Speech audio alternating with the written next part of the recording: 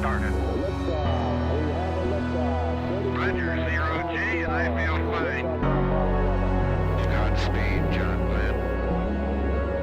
Houston, Tranquility Base here. The Eagle has landed. Roger, Tranquility. We copy you on the ground. New possibilities are opening up for scientific cooperation between countries. 2, 1, 0.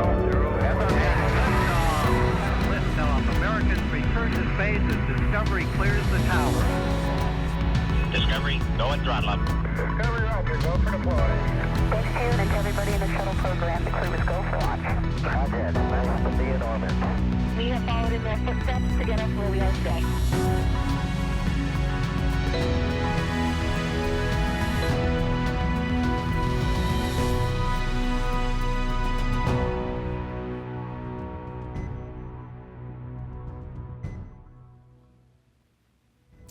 On Tuesday, NASA astronauts Butch Wilmore and Sonny Williams landed their T-38 jet at the launch and landing facility here at the Kennedy Space Center in Florida. The CFT crew returned from Houston, where they were continuing their quarantine after the scrub at the first launch attempt on May 6th. Since then, mission teams worked to resolve various items with the rocket and spacecraft. The crew is now in quarantine at the Neil A. Armstrong Operations and Checkout Building while awaiting Saturday's launch, but not before taking a distanced selfie with some of the folks out there, some Boeing employees, out at the old shuttle landing facility.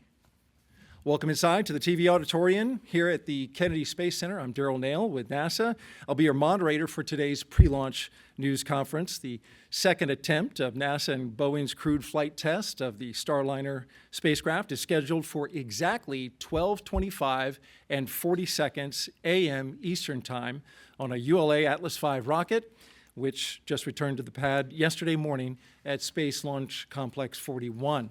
Our panel today, got a fine group. Joining me to answer your questions, starting from my left, our NASA Associate Administrator Jim Free, Steve Stitch, Manager of NASA's Commercial Crew Program, Dana Weigel is here, Manager of NASA's International Space Station Program. New to our panel, NASA astronaut Mike Fink, the backup pilot for CFT and prime crew pilot for Starliner 1, the first rotational flight for NASA and Boeing to the ISS. We also have Mark Nappy, a Boeing Vice President and Program Manager for the Commercial Crew Program. Gary Wentz is the United Launch Alliance Vice President of Government and Commercial Programs.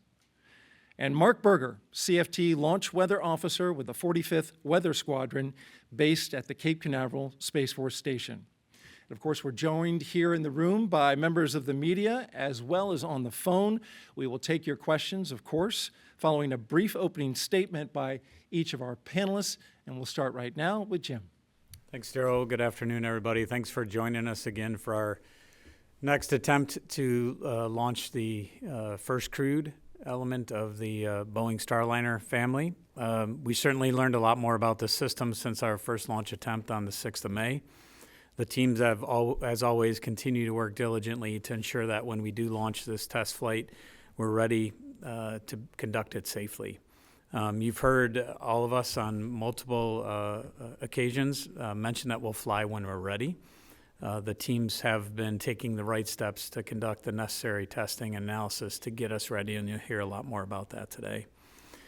We talked last Friday and then encouraged many of the folks of these teams to take some time off, spend some time with their loved ones over Memorial Day and be rested. Folks returned Tuesday ready to tackle the launch week and have continued their work that you'll hear in more detail about. That I'll let Steve and Dana discuss and others as they get into the details about holding our agency flight test readiness review on Wednesday, which was chaired by the Space Operations Mission Directorate Associate Administrator Ken Bowersox. And there the teams brought a number of analyses and go-forward plans to the elements you've heard about from the valve replacement, the helium leak, and the fault tolerance.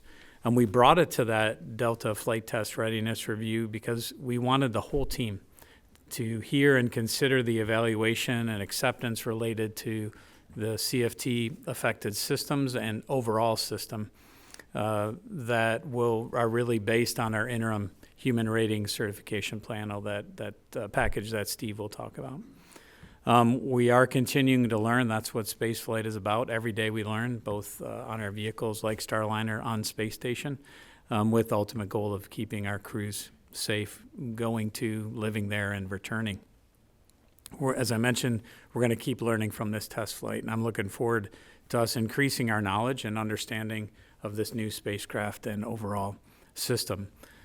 Just a reminder, and I'm not stealing Dana's thunder here for ISS, but for more than 23 years, we've had people living and working off of this planet, truly changing the course of human history, in my opinion. The orbiting laboratory has hosted 3,000 research investigations from 108 countries. It's a critical test bed for everything that NASA is trying to do to understand and overcome the challenges of long-duration spaceflight. The research and technology demonstrations conducted on ISS, and some of which move through through CASIS, are done so with benefiting life here on Earth. But they also will help us and are helping us prepare for those missions beyond LEO, the missions that will be for commercial LEO, and those missions that will take us to the moon and onto Mars. So thank you again for being here, and with that, let me offer my sincere thanks to every individual that worked to get us back here. That includes the crew who participated in a lot of the discussions, who understand what we've worked since then, but it's the individuals, it's the people that make space very special and help with the focus of keeping our crews safe. So let me thank them individually for their work. With that, I'll turn it over to Steve. Thanks, Jim. Thanks for those kind words. And I want to thank all of you for being here today. Thank you for your interest in the Commercial Crew Program and our crewed flight test. It's been a busy few days, even since we last talked to you last Friday, and we kind of gave you an update on Friday. As Jim said, on Wednesday, we had the Delta Agency Flight Test Readiness Review, where we went through the readiness of several important aspects of getting ready for the flight. We talked about the helium leak and the P2D2 flange, and we went through that with the board. Also, our vulnerability to the deorbit methods, which I talked about on Friday. We talked that topic. We talked about a potential parachute crossover topic from a Blue Origin flight that occurred recently, and I'll talk a little bit more about that later. And then we made sure we had a good plan with United Launch Alliance for the operation of the self-regulating valve at the pad. I know it's been a long road to get here. It's really exciting for me to be here. It was exciting for me to, I got here just after Butch and Sunny arrived on Tuesday, and it was great to see them here. When the crew arrives, we're getting close to launch, and of course we got the vehicle to pad now. I'm very proud of the teams that have worked very hard over the last 2.5 weeks. As Jim said, we were able to get a little bit of downtime over the long Memorial Day weekend. I could tell when we came back on Tuesday, people were more rested and really ready to go to hit the final phase of operations, getting to launch. As we said, we're on track for the June 1st launch. 12:25 Eastern is the launch time, and we'll dock about 25 and a half hours later at about 1:50 p.m. on Sunday, June 2nd. If we have to scrub for some reason, we have a backup opportunity on Sunday, June 2nd with a launch time of 12:03 Eastern. And then we would stand down for a couple days and have backups on June 5th and June 6th. It's great to all be here on the panel. I would tell you a few things that we worked over the last few days, and Dana will go into more detail. We received some data from SpaceX on a reflector on ISS that showed during some of their Dragon approaches and the port relocate that there was some degradation in the return signal from one of the reflectors. So SpaceX provided some data to us. We took that data and gave it over to Mark and the Boeing team.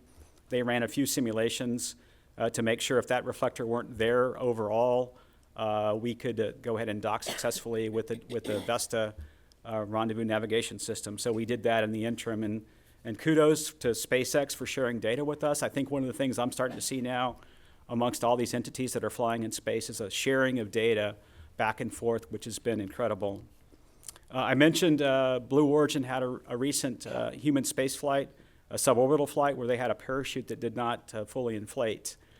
Starliner uses some similar components to that parachute system in terms of reefing line and reefing line cutters that cut that parachute system.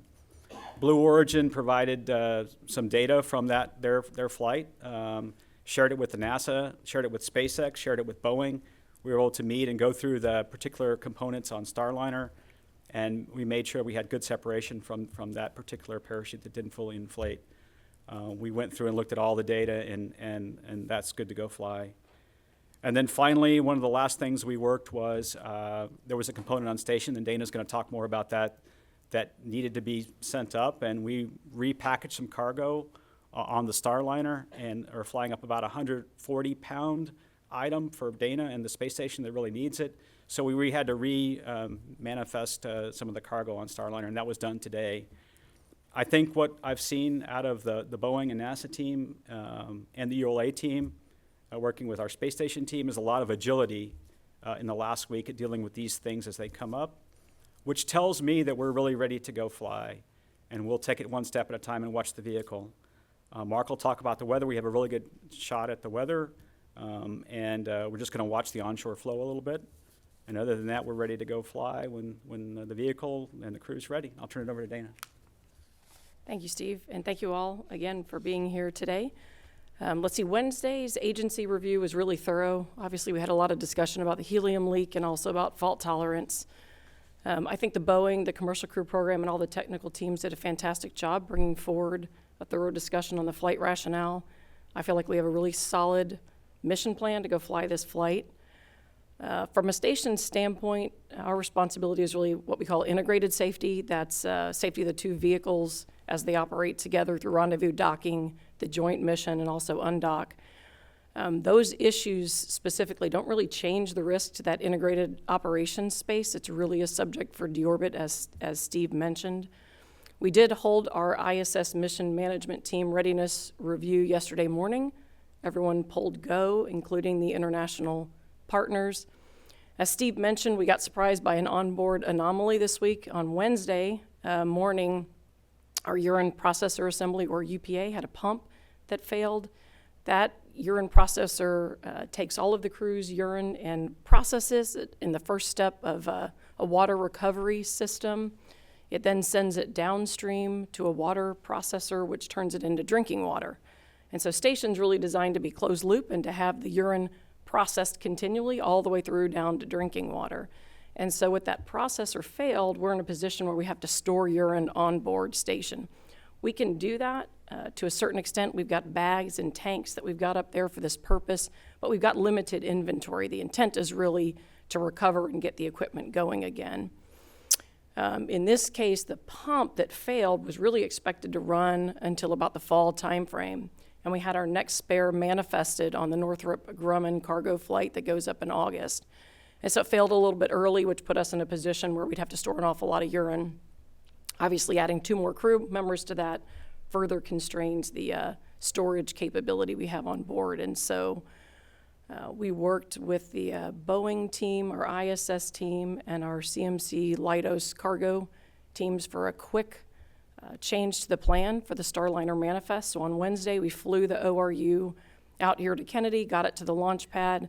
As Steve mentioned, it's quite large. In its packed configuration, it's in a bag that's about 3 feet long by 20 inches by 20 inches, and it's about 150 pounds total. So pretty substantial size, and the key for the flight was not to perturb the mass properties. So we wanted to keep the mass and the CG of the overall vehicle the same. So we worked to find cargo we could offload or displace without impacting that. And we ended up pulling off 2 crew suitcases.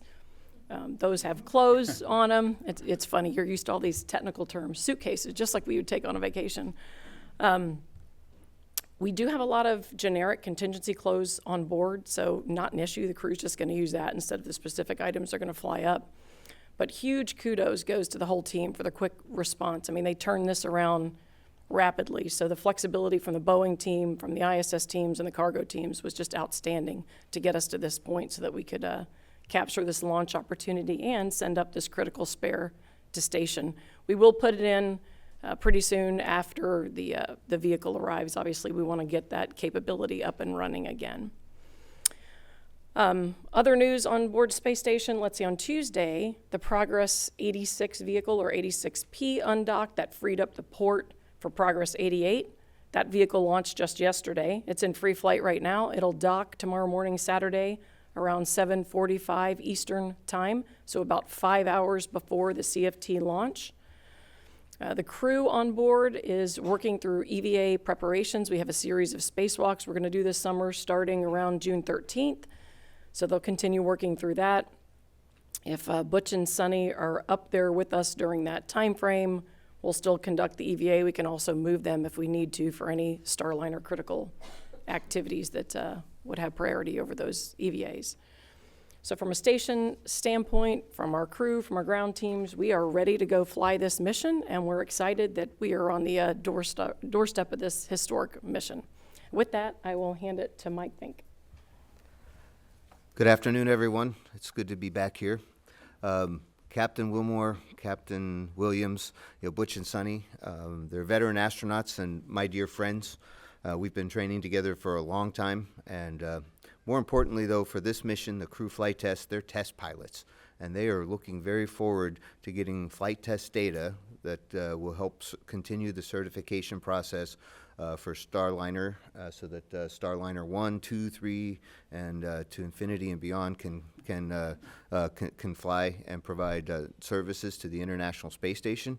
And depends on it's up to Boeing, but other missions available out there too. So they're very excited for tomorrow's launch. Butch and Sunny, they haven't seen the capsule since I took them to the launch pad, and then we scrubbed, so it wasn't me. But they haven't seen the capsule since they strapped in on May 6th. So they're actually back in the capsule. They should be there right about now for some comm checks to make sure that all the comm systems are working. They're talking through the TDRS satellites and making sure MCC, the Mission Control Centers in Houston, the Boeing Mission Control Center here in Florida, as well as with the United Launch Alliance. So we're all talking to each other tomorrow. So, but they're also going to take a sneak peek and get reacquainted with the capsule, especially with the new cargo configuration. So that'll just make everything ready, even more ready for tomorrow. I can say that they've been in quarantine for since end of April. They're very excited to go launch soon. But it's been a great process, learning more about Starliner along the way. And the more we know about our spacecraft, the safer and more successful we are with our missions. And so Butch and Sunny, I've talked to them, and they have every confidence in our rocket. They have every confidence in our spacecraft and in our operations teams and in our leadership management teams. And they are definitely ready to go. And speaking of our spacecraft, over to Mark Nappy from Boeing. All right, good afternoon, and thanks for joining us. The teams are on station, and they're monitoring the spacecraft as we sit here and talk to you. They reported this morning at 3:30, powered up the vehicle, and have been in a continuous monitoring mode, and will continue to work the launch preps and the launch countdown, leading up until tomorrow morning at 4 a.m. when the launch team will come in and start supporting the mission. So far, there's been no issues that we've been working with the spacecraft, so all's going well. Yesterday, we performed the L-2 briefing, and the purpose of that is to close any open issues and I should say, look at the changes that have happened since the May 6th launch attempt and make sure that we've got those all closed and taken care of. That meeting was successful, and we got a go poll to proceed to launch. Today there was an L-1 crew briefing. That went well also, and so we are ready to support going down into the launch countdown starting tomorrow at 4 a.m. We look forward to flying this mission. This is a test flight. We know we're going to learn some things. We're going to improve, and that improvement starts with Starliner 1, Mike, for your mission, and it'll be even better than the mission that we're about to fly. So with that, I'll turn it over to Gary. Thanks, Mark. So we're very excited to be here today, preparing for our first human spaceflight launch to deliver Butch and Sunny to the International Space Station. The rocket's at the pad. We're doing our final launch preparations today, as Mark talked, making sure everything's working between the launch vehicle and the capsule. For the majority of our team, today's a crew sync day, so they're getting set because the team comes in at 1 in the morning to start the launch count to fuel the rocket in support of tomorrow's launch. So everything's going smooth. We're not working any issues, and want to take this opportunity to thank the NASA and Boeing teams for working with us to get through the past couple weeks since May 6th, and looking forward to launch tomorrow. With that, I'll turn it over to Mark Berger, our launch weather officer. Right, thanks, Gary. So we're heading into June, and it's an early afternoon launch attempt, so oftentimes if you're familiar with Florida weather, that would often mean thunderstorms. So no such concern for tomorrow. Generally local weather and weather down the ascent corridor over the Atlantic look quite favorable for us. That being said, there is one watch item, and that is the local winds. You may have noticed it's already turning breezy out of there with sort of a stiff onshore flow, and that's what we'll be monitoring for tomorrow as well. So taking a look at the numbers here on the forecast graphic, 90% chance of go weather, again, not considering any rain or thunderstorms, maybe a few clouds, but not anything concerning for us. Again, as mentioned, the winds will be a little feisty tomorrow, not only in terms of the magnitude of the winds, but also the direction of the wind. So again, a pretty good onshore component nearly perpendicular to the coast. So that tightens or restricts us just a little bit in terms of favorability. But again, now winds, as you know, are a highly variable factor both in time and space. So hopefully we'll be able to get off without a hitch. Looking at the backup opportunity for the next day on Sunday, again, very similar weather conditions, although luckily winds do ease a little bit. So not only in terms of the magnitude, but the direction becomes a little bit more southeasterly or east-southeasterly, which is not quite head-on to the coastline. So again, that gives us a little more latitude as well. May pick up a few more clouds, but otherwise very favorable conditions for, again, early June. All right, thank you very much, Mark. And I want to make one correction. If I said AM at the beginning, I meant PM. It's 12:25 and 40 seconds. PM. Don't show up here overnight. You'll only be eaten by bugs. All right. All right, we'll take your questions beginning now here in the room at Kennedy. Please raise your hand, state your name and affiliation, and to whom you are asking the question. We'll start with Marcia. Probably for you, Steve. Are there any changes to the game plan since a month ago? Is it still planned to be an 8-day docking to the space station? And by my count, that would be the earliest coming back on June 10th. Does that sound right?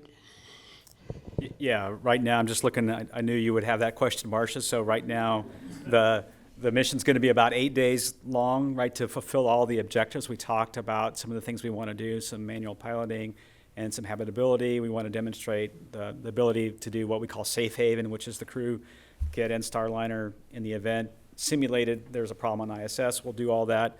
But the earliest landing would be around Monday, June 10th. And that would be an undock around, this is Central, 4:50 a.m. Central. Landing at Wilcox would be the first one around 10:16 Central.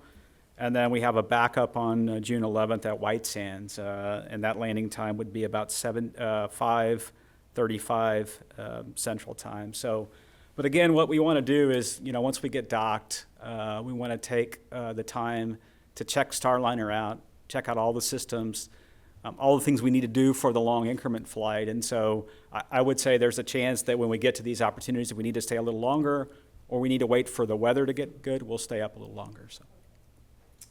Irene, the front here. Thank you. Irene Klotz with Aviation Week. 2 questions for Dana. First of all, do you need the Progress 88 to dock prior to CFT launch? And for Steve, can you go over a little bit more detail about what happened with the NS-25 parachute and what the possible overlap is with Starliner? Thanks. In terms of Progress 88, if they had a problem docking and they were in free flight past the time of launch, we would want to stand down to let them dock. Anytime you have a spacecraft in free flight, it's got a limited duration where it can just stay in free flight. And so it would have the priority. We'd go ahead and deal with whatever anomaly we had, finish the docking, and then we would get back into discussions about where to launch. Yeah, I'll talk a little bit about what we have seen with Blue Origin. First of all, Blue Origin has done a great job of working with us and trying to understand what happened in that parachute test. Or that was actually a crewed flight, I'm sorry. One of the parachutes didn't fully inflate, and so the way a parachute works is it can have several stages of what we call reefing. And so initially the parachute doesn't fully inflate for loads. In this case, one of the parachutes was sort of stuck in what I would call first stage at some amount of the mouth of the parachute wasn't fully open. And so the way that works is there's essentially a line or a band around that throat of the parachute that keeps that parachute from being able to open fully. And what we saw is the cutters, for some reason, did not cut that line. And so it turned out we use a very similar cutter that Blue Origin uses, so it was important for us to look at that data. We went back and looked at all of our test data on our cutters. We've fired them like 160 times out of the lot that we're using, so we had good separation. We've never seen an issue with any of our cutters. All the testing was really superb on cutting the reefing line, and so that's why we proceeded we have good flight rationale and good separation. All right, Jeff, right here. Jeff Faust, Space News. For Steve, looking ahead just a little bit, assuming we have a successful launch in the coming days and a nominal mission with no major issues, do you think there's still enough time to get Starliner certified in time to fly Starliner 1 in the first part of next year? Yeah, I think that'll be something that we'll work on, after the flight. Right now, we're really focused on the crewed flight test and collecting all the data that we need. I think obviously the path to Starliner 1 clearly is the crewed flight test. That is the most important thing we have towards certification. So we'll go fly the flight, and we'll look at the data coming out of the flight, and then we'll make the right call relative to when we go fly Starliner 1. We have to go through this full certification. We really haven't had a chance. Mark and I have been super busy working the crewed flight test, so we haven't really had a chance to lay out that whole timeline yet. All right, Joey, for our next question. Thanks, Joey Ehrlich, Reuters. For Steve, I just wanted to quickly follow up on Irene's Blue Origin question. Is NASA interested in learning about how Blue Origin's fixing that band issue? Do you guys open any kind of investigation into that, or are you continuing to work with them? Thanks. Yeah, I would say Blue Origin has been outstanding. What we have found is like the parachute community between SpaceX, Boeing, NASA, and Blue Origin, it's a small group of people that really work on these parachutes. And so Blue is in the middle of an investigation. They've been great at sharing the data from us. They don't really have what I would call any kind of root cause yet, but we'll continue to follow along with them, our parachute team will. And that's airborne systems, that the suppliers that they all share? Airborne makes the parachutes for all three. I don't really know who the reefing line cutter manufacturer is. So. All right, Ken? Hi, Ken Kramer, Space Up Close. Thank you, and good luck to everybody. Great rollout yesterday and remotes today. My question is for Steve and Mark Nappy. I'd like to ask some details about the helium issue, please. Can you tell us, first of all, what was the rate of loss? I've seen a whole bunch of different numbers, and I'd like to know that loss of helium, like in pounds, how much would it be, and what is the volume? What is the weight you have in the helium tank? I'd like to know, on a percentage basis, how significant is that helium leak? What is the margin that you have? Do you have more than one helium tank? Does it go to different dog houses? So if you could talk in detail about the helium leak. Thanks. Maybe I'll start and let Mark add in. So the leak rate we saw, I think we talked on Friday a little bit, initially at the launch pad in this P2D2 thruster flange, we saw a leak rate of about 7 pounds per square inch per minute. And then we came back to the vertical integration facility, did some more testing, and the leak rate increased to about 70 to 80 pounds per minute. So, and keep in mind that leak rate, the volume is very small, so it's like 15 cubic inches of volume. So that's probably the size of a softball in terms of volume. So when we close the manifold valve, that's a real small volume, and so that leak rate will look pretty big. So that's the leak rate. We have roughly, I'm trying to think about how to characterize this. In terms of the total amount of helium, we have margin of about, I would say, what we would call 500 PSI of margin in the helium tank. The helium tank pressure is about 3,000 PSI, so we have quite a bit of margin for the mission. This kind of size leak uses a small fraction of that.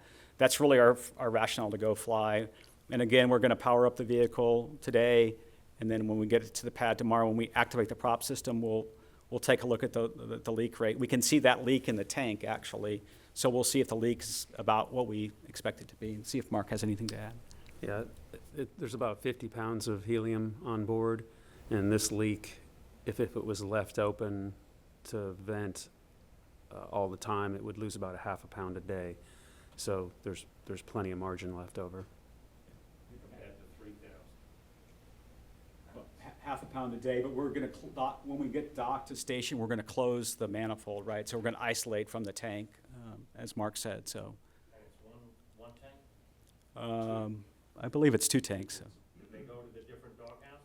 Yes. It's two tanks are plumbed together, right? The tanks are together, and each of those 2 tanks has 2 manifolds that go to each of the doghouses. All right, let's go to the phone lines, and Bill Harwood is on the line. Yeah, thanks very much, and apologies for not being in the room with you. This is just a quick follow-up on helium, and I realize nobody expects anything like this to actually happen, but when do you pressurize the system for flight? In other words, when would engineers, get a chance to check that leak rate, just to have some context for the countdown? And finally, if the leak rate really did go up for some reason before launch, would the solution be to simply isolate the manifold at launch and go to your RCS-only deorbit scenario, or is there some rate that you just would say, I'm not going to fly? Thanks. That's a lot of what we spent the last week or 10 days working on was all these contingency cases.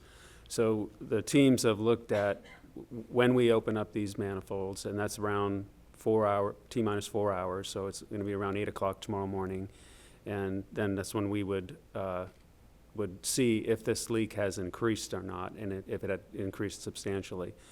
The managing of the system is a lot of what the teams worked on over the last 2 weeks, is to, okay, what if it does increase prior to launch? What's acceptable? What would we do as far as troubleshooting? What would cause us to go back and reevaluate our flight rationale? All those conditions have been laid out for the launch team. And the same thing for flight. If we have an increase in leak, or if we have additional leaks, what's the criteria for what we would do? Those are all laid out in the flight rules. The teams have all been trained, the crew has been informed, and we're in good shape to fly. Mark, I just add that the crew also spent a lot of time at the Boeing facilities in Houston to practice the contingencies. We're not expecting them, but in case they happen, our flight procedures and the crew will be able to safely come home and deorbit, and that was part of our risk trade-offs as we got closer to flight rationale. Another question on the phone line, Micah Maidenberg, go ahead. Thanks, Daryl.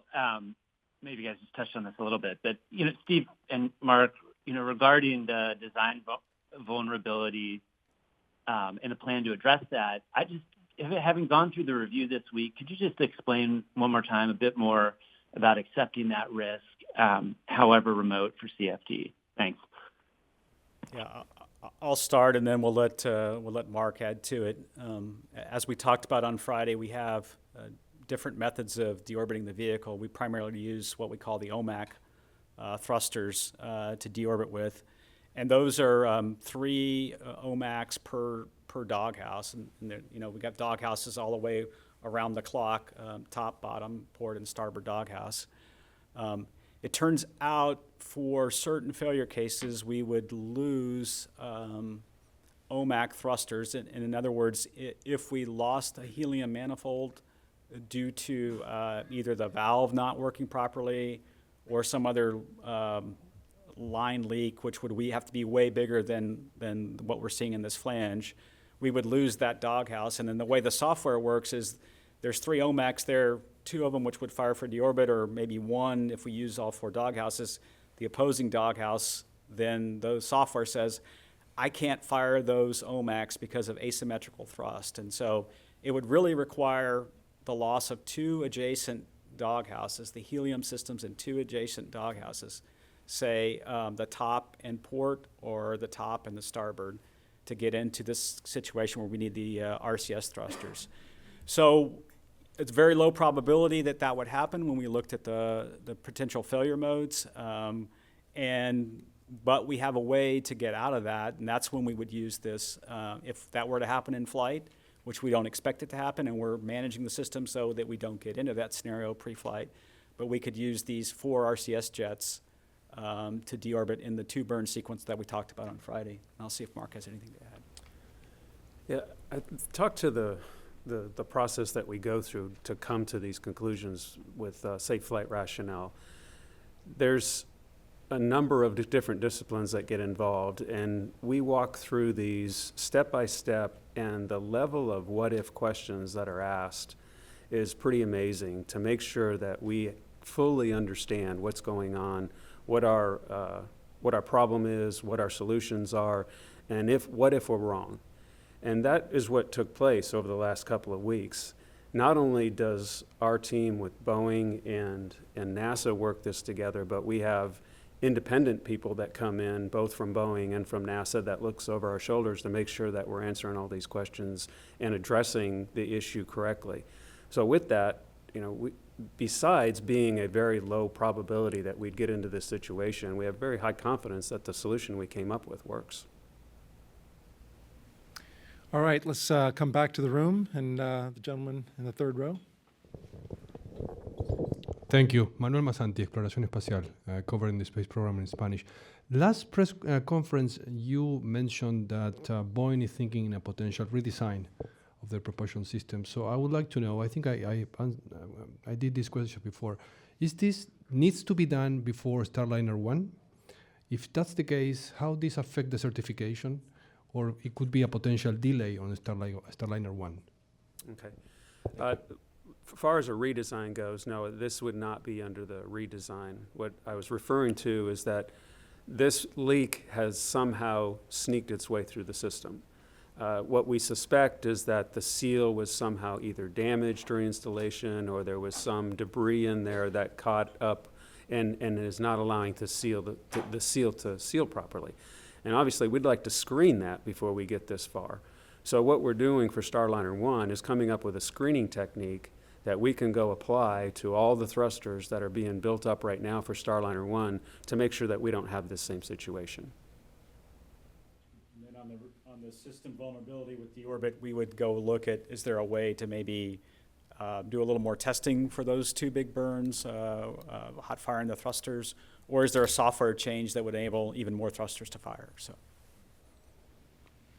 All right, let's go to the phone lines real quick and get Stephen Clark. Stephen, go ahead. Hi, thanks for taking my question. Daryl, Stephen Clark, Ars Technica. Just to follow up on an earlier question about the flight rule for the helium leak. Yeah, when you pressurize that system at Del minus 4 hours tomorrow, I guess the last time you checked the leak rate, it was 70 to 80 pounds per square inch. What would be the acceptable level of leak rate to press on with the launch tomorrow? Turn to our resident flight director on the panel.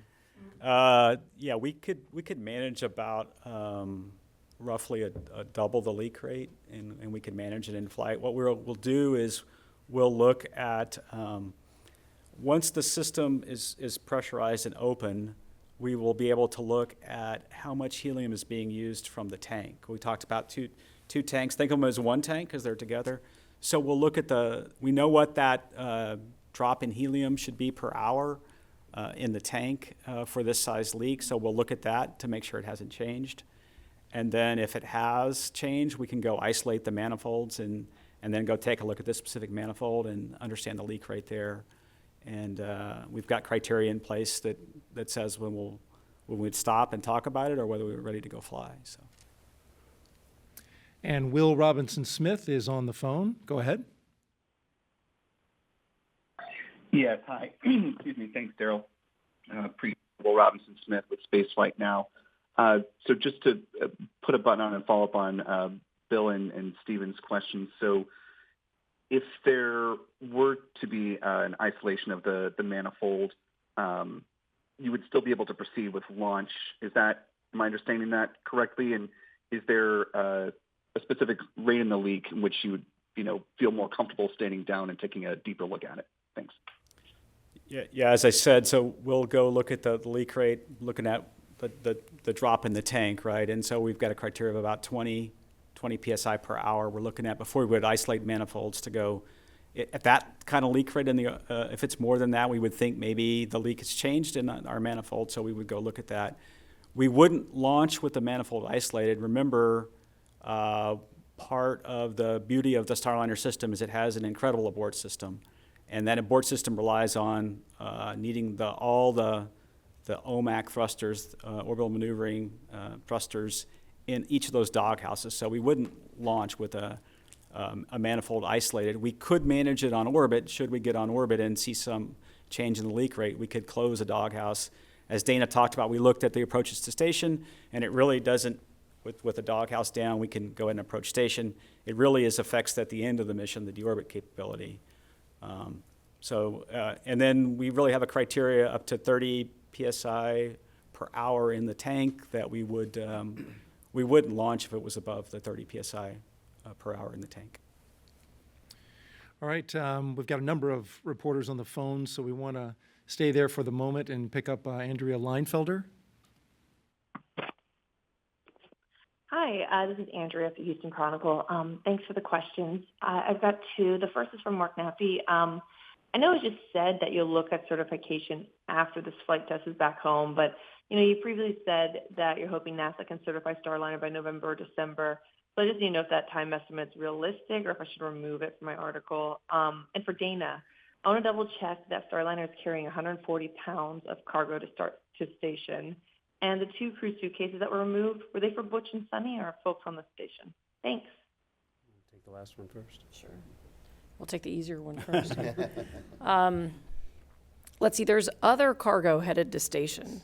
What I'd say is the recent change to accommodate this urine pump, that bag fully packed is about 150 pounds. So that was what we had to do as a last minute change. Of course, there's other cargo that's on the vehicle. For example, the crew's got spacesuit parts and a few other things that are being taken up for us. The two specific suitcases that came off had clothes for both Butch and Sunny in them, and also some crew-specific, what we call hygiene equipment, so crew members can pick some of their own unique hygiene materials. Of course, we have generic hygiene, shampoo, soaps, etc. on board that they can just use from the generic supplies. Same with clothing. And so that's what they'll do. They'll just use our generic supplies that we have on board. And the reason why we have them there is for cases like this. In case a cargo resupply vehicle doesn't get there, we keep a certain contingency supply on board. Now, just the certification process. About 80% of the certification process, we know what we have to go do today and have been doing that over the last year. And that plan closes by November to have a certification review with NASA. The 20%, or maybe a little bit less, that's left over is reliant on the mission, on the CFT flight. There are likely going to be some kind of in-flight anomalies or things that we need data that we need to collect from the CFT flight. We have to download that data and analyze it and understand it, and that's going to be part of what we bring to the certification review, the results of that. So obviously the longer it takes to fly CFT, the shorter that period becomes for us to review that data and make sure that we have reports written and we understand it. So that's the variable. How many in-flight anomalies do we have on CFT, and when do we bring the vehicle back, and do we have enough time to turn that around by November? If we don't, then we will move that review or do partial review. But getting the certification review done as soon as we can is important, regardless of when we fly. All right, back to the room. And Marcia, you're in the front. Marcia Dunn, Associated Press. 2 quick questions. Steve, how deep into June can you keep trying if things don't work out in the next week? And for Mike, when the crew is at quarantine in Houston, can they go home, or have they been stuck not seeing their home since the end of April? How tough has it been, this quarantine for so long? Yeah, we have launch opportunities, as I said, June 1st and 2nd, the 5th and the 6th, and then I think we would have to talk with Gary and ULA. We've got to stand down for a number of days to do some replacements of batteries on the launch vehicle, on the rocket, and then I think we'd have to talk about what the opportunities were after that. So. How long is that? Gary can comment on how long it takes to replace the batteries. So with the magnitude of the batteries we're looking at changing out, it's probably about 10 days. Oh yeah, so real quick about Butch and Sunny and how tough the quarantine has been. It's so they were able to go back to Houston. We were able to do some training there. We do take the health stabilization program very seriously. We learned a lot, especially we all learned a lot during the COVID. But Butch and Sunny were able to go home a little bit. We have to be careful about maintaining separation with the family. But Barry Wilmore, if you know him, he really likes to sit on his lawnmower and cut his grass. So I think he has the best manicured lawn in his neighborhood. And I know Sunny enjoyed spending some time with her puppies, their dogs, and so they were able to get and that again, keeping the crew motivated and focused on the mission is important. So we were able to manage that with the flight docs, and then so they're back here obviously and ready to go. All right, Irene, here in the front. I'm not sure if this is for Steve or Mark or Mike as well. With the benefit of hindsight, if CFT had launched on May 6th and then the leak was discovered, was the understanding that there would have been an issue for a backup deorbit burn, do you believe that would have been recognized, and was the solution to develop the 4 RCS dual burn, was that obvious, or does it only seem so now after you went through this and not in the heat of needing to get this crew home? Just trying to get a sense of what discovering this before launch sort of provides. Thanks. Yeah, I'll start and then maybe let Mark add. I would say if we would have launched back on May 6th, we would have gotten on orbit and we would have seen this leak after we docked and closed the manifold. We would have seen this small leak. I think we probably would have gone through the system and we might have figured out that we had this vulnerability. It's really hard for me to speculate. I think we would have maybe seen it and figured out this solution that we came up with. I mean, the teams, when we found the leak, it didn't take very long to see that if we started talking about losing doghouses, that we had this vulnerability. So I think we would have understood it pretty well on orbit, and we would have then started looking at what the options were, and see if Mark has anything to add. Yeah, I'd be probably a little bit more forward on that. I'm 99.9% sure we would have caught it. As part of this troubleshooting, we built a fault tree that said this is where all the leaks could occur. And as we went through that is where we discovered this fault-tolerant issue. Had this occurred in flight, we would have had an unexplained anomaly coming home. We'd have built that same fault tree, we'd have gone through the same process, and we'd have learned the same thing. So I'm very confident we would have caught this.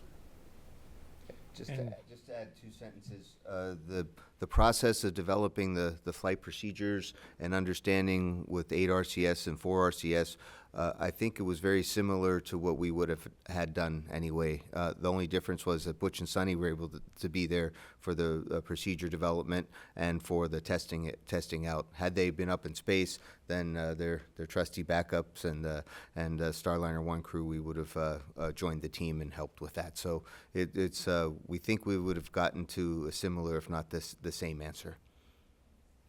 Okay, back in the front of the room, Joey.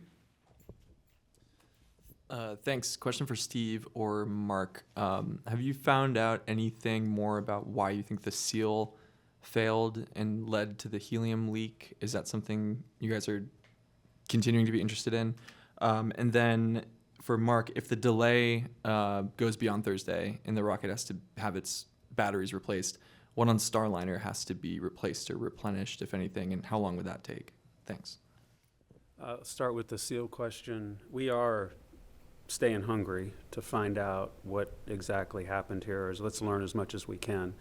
So we have some doghouses that we're currently taking apart in the C3PF right now, and we plan on taking those apart and looking at those seals very closely to see if we can see anything that would give us more information about what might be happening inside of this one. So we will continue to look for the root cause and try to build evidence on what it is. We know it's the seal. We just don't know, was it damaged or was there some kind of debris in there with the leading causes? And we'll work to try to determine what that is or what that was. On the, so your second part of the question was on? What needs to be replaced on Starliner if it goes beyond Thursday? So the work we have on Starliner, we do have some limited life items that we would go take care of as well. But it all fits under the window of Gary's flight termination battery systems being changed out. All right, back to the phone lines, and Marina Koren is on the line. Hi, Marina Koren with The Atlantic. This is a question for anyone who knows the answer. What are Butch and Sunny planning to have for breakfast tomorrow before launch? Thanks. I'm supposed to know that answer, but I called them up today, and unfortunately they were headed off to the launch pad, so we don't have that answer, but I will assure you it'll be a delicious breakfast. Okay, we'll take another question on the phone line. Anthony with Spectrum. Hello, thank you for taking our questions today. I'm just trying to, I guess, wrap my head around this, and I'm trying to use it in terms that most people would understand. If this was an airplane and there was a leak like this, I really don't think it would be allowed to take off. So I'm trying to understand why NASA and Boeing says, we have a good backup plan here. We can launch this, but why don't we just play it on the safe side, roll it back, take the Starliner off the rocket, and fix the seal? Thank you. I'll try to answer that, and we'll see what Mark has to add. I mean, I think, first of all, we looked really hard at what our options were with this particular flange, and the fact that this flange has a fuel line that goes into the flange and an oxidizer line and a helium line all going into the flange makes it problematic to work on. It makes it almost unsafe to work on. So what we really have taken an approach is for this size leak, when Mark talked about, it's a half a pound a day out of 50 pounds of total capability in the tank. I mean, it's a really, really small leak, and it's well within the margin that we have. And so sometimes for space flight, you plan for contingencies and you design the vehicle to have margin. And in our case, we have margin in the helium tank. And we've looked really hard and worked really hard to understand that margin and to understand maybe the worst cases.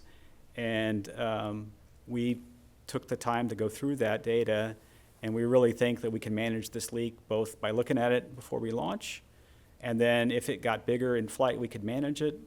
In fact, we could handle, as I said on Friday, a leak that's 100 times worse than this. So in this one flange. So when we looked at all that data, we concluded that the smartest thing to do was to go fly the mission, and we could fly it safely, and we would have the redundancy we needed. And I'll see if Mark has anything to add. It's really just a matter of safety. When we looked at this problem, it didn't come down to making trades. It came down to, is it safe or not? And it is safe. And that's why we determined that we could go fly with what we have. All right, another question on the phone. Leo Enright with Irish Television. Go ahead. I think this is for Mike Fink. Just wondering about transatlantic abort. scenarios. I haven't seen any reference to a transatlantic abort zone, so I was wondering what happens. Can you talk us through it? And I'm assuming that this would be a water landing. They're not going to parachute onto Shannon Airport. No, we would not be landing in Shannon Airport. So there is a period of time over the North Atlantic Ocean, a spot over the North Atlantic Ocean. It's called the North Atlantic Exclusion Zone that we don't want to land because the water is always cold and wavy and dangerous. So Starliner, along with the dual-engine Centaur, has the capability of, once it gets near this exclusion zone, to head back towards Canada, and it flies kind of a burn, points towards Canada and flies back, and we call that a St. John's abort. And then if that's not going to work, we can continue the flight or continue, and we fly outside of onto the Irish coast in the water at a specific point. There's a guided entry sequence, and it'll take us close to Shannon, Ireland, right off the coast, and then hopefully, and we're counting on you for the Irish Coast Guard to pick up my crewmates, and then we'll get them back to the U.S. Another question on the phone, Tim Fernholz. Go ahead. Hi there. Thank you for taking my question. This one is for Mike. I was just curious for my readers if you could share the perspective of the astronaut office in the last week going through the analysis here and coming up to this flight rationale. What is your perspective on it? And I was also curious what it's like for an astronaut to fly in a vehicle that has a deviance like this. I was curious if that had happened in your own career. Thank you. Yes, so from an astronaut perspective, one thing that I'd like to say is that, and we mentioned it here, the NASA Commercial Crew Program Office, as well as the Boeing company, have included us and Butch and Sunny and their representatives and all of our Flight Operations Directorate, and we're part of the team. We know what's going on. We understand the discussions and the risks that are being talked about for being mitigated. Butch and Sunny especially have a very strong voice that if they were concerned about something, we would send it up through our chain to the chief astronaut who would take it forward. I think if you ask Butch and Sunny directly, and I can answer for them, that they feel very comfortable and confident that we've chosen a good path forward. And as flight testers and as engineers, this is something that we know. It's giving, I don't say birth to a new spacecraft, that's a little dramatic, but when you have a new spacecraft, you need to learn all about it. And this has been a great exercise in understanding about all the nuances of a new spacecraft, as well as what are we going to do about it, how do we work together as a team. And this is a really good example of finding a tricky problem and coming up with solutions, answering a lot of what-ifs, and looking forward to saying, all right, how do we make sure this doesn't happen again? And all of those pieces are in place. And that's part of developing. This is development, not operations as much. And we see those same kind of things in airplane programs I've been involved with, as well as first times we got to the International Space Station. I remember I was there for that, and we were learning how things operated, and we learned what pieces were going to fail sooner than later, and we know our space station really well now. And we're going to get to learn Starliner through a lot of operations even better. So this is, I don't say par for the course, but this is what we do. This is how it is to develop a new spacecraft, and we understand that everything isn't going to be perfect, so what do we do about it? And we have good discussions and good understanding as we move forward comfortably, and the crew is a part of it, not just Butch and Sunny, but all of us get a voice and get understanding. So we are excited for launch, and we're confident. We have every confidence in this mission. Well said, Mike, and we'll end the briefing on those words. Thank you to our panelists for taking the time to join us, as well as the members of the media here in the room and on the phone. A reminder, the ULA Atlas V rocket with a crewed Boeing Starliner spacecraft is set to launch at 12:25 and 40 seconds p.m. Eastern Time tomorrow, June 1st. Coverage on NASA Plus and our website, nasa.gov/live, begins at 8:15 a.m.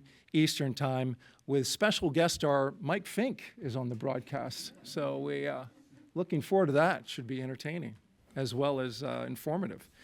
Until then, everyone have a great afternoon and go CFT.